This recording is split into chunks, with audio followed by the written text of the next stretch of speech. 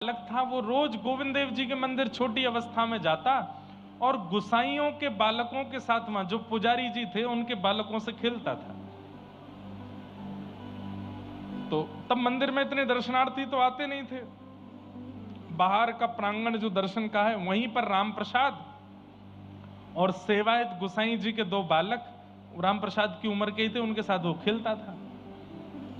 खेलते खेलते कभी कभी नजर पड़ती गोविंद देव जी पर, तो गोविंद देव जी को देख करके बोलता, तुम क्यों खड़े रहते हो, तुम भी आ जाओ खेलो हमारे साथ। ऐसे गोविंद देव जी को बुलाते।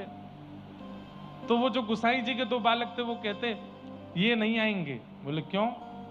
अरे हम कब कितनी बार इनको बुला चुके, ये आते नहीं, भीतर ही खड़े रहते हैं, चंदन फोटा इत्र लगा करके पूरे दिन ऐसे ही खड़े रहते हैं। तो राम प्रसाद जी को ऐसा लगता था ये लाडला बालक है, जैसे लाडले बालक होते हैं ना, उनकी माताएं तैयार करके घर में ही रखती हैं, बाहर नहीं जाने देती। ऐसे ही राम प्रसाद जी बोले लाडला बालक है। तो राम प्रसाद जी कभी कभी चिढ़ा चिढ़ा के खिलाते थे। देखो हमको तो गोटी खेलने में इतना आनंद आता है, हम तो ऐसे खेलते हैं, हम तो, तुम बैठे रहो भीतर ही। एक दिन वो गुसाई जी के जो दो बालक थे वो अपने नानी के घर चले गए और राम प्रसाद जी अपनी गोटी लेकर के आए और मंदिर में आके थोड़ी देर प्रतीक्षा करते रहे।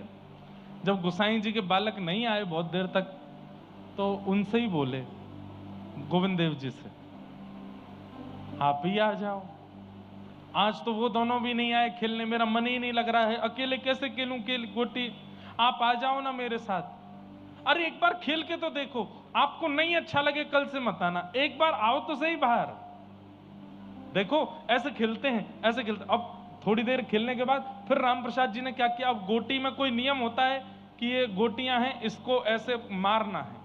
तो मार करके राम प्रसाद जी बोले अच्छा ठीक है तुम मत आओ खेलने, लेकिन मैं तुम्हें बोलता हूं वो वाली गोटी अगर तुमने मार के दिखा दी तो मैं अपनी सारी गोटियां तुमको दे जाऊंगा।